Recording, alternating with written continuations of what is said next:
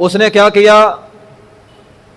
اس نے اپنی بیوی کے پاس کسی مرد کو دیکھ لیا، بیوی کو بھی اور اس آدمی کو بھی غیرت کے نام پہ قتل کر دیا، جس طرح ہمارے ہاں ہوا ہے۔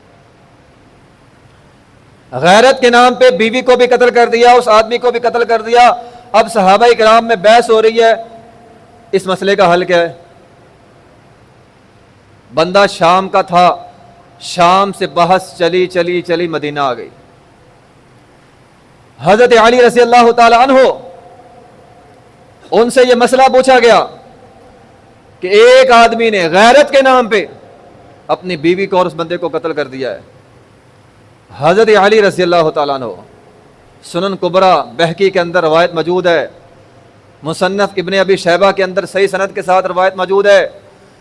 حضرت علی رضی اللہ تعالیٰ عنہ فرماتے ہیں کہ اگر مجھ سے پوچھو تو میں یہ کہوں گا بطور قصاص اس آدمی کو قتل کر دو،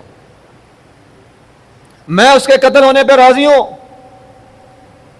اسے کسی نے یہ اختیار نہیں دیا تھا وہ اپنی بیوی کو اور اس آدمی کو قتل کر دے، اب بطور قصاص اس قاتل کو قتل کر دیا جائے۔ آج اگر اسلامی عدالت ہو، اسلامی قانون ہو، بطور قصاص اس فائر مارنے والے کو قتل کر دیا جائے گا۔